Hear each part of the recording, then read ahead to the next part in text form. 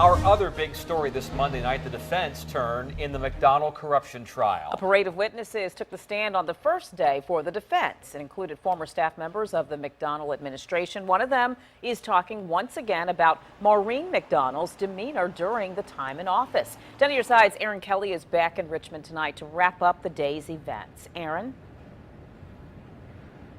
Well, the former Secretary of the Commonwealth, Janet Kelly, began to cry on the stand when asked about her relationship with Maureen McDonnell. She described Maureen McDonnell as difficult, demanding, and diva-ish. And Kelly said that at one point, almost the entire mansion staff threatened to quit.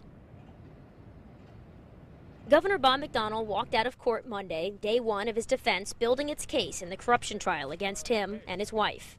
Well, we've been looking forward to getting started, and I think we got off to a good start. And it's a process, and we just look forward to the truth continuing to come out. McDonnell said it had been tough to hear certain things about his wife. Do you think the testimony's been fair about her? I can't comment on any testimony. Former Secretary of the Commonwealth, Janet Kelly, testified about a letter of concerns she saw drafted from most of the mansion's staff to Maureen McDonnell. It said, in part, if the situation is allowed to continue this way, we as a team do not feel that we can remain a part of it. Were you aware that there were members of the mansion staff that apparently wanted to quit?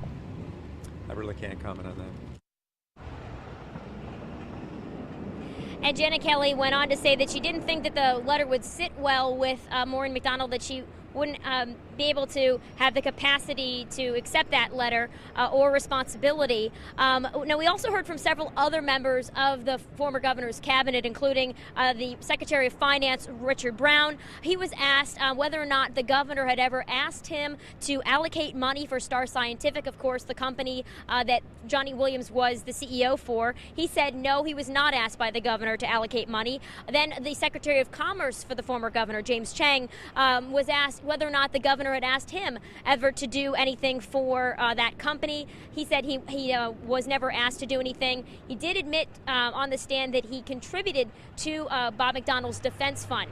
Now, we're done for the day. They're going to pick back up tomorrow morning at 9:45 a.m. And one note, early this morning, one of our jurors was dismissed. That leaves the jury with only one alternate.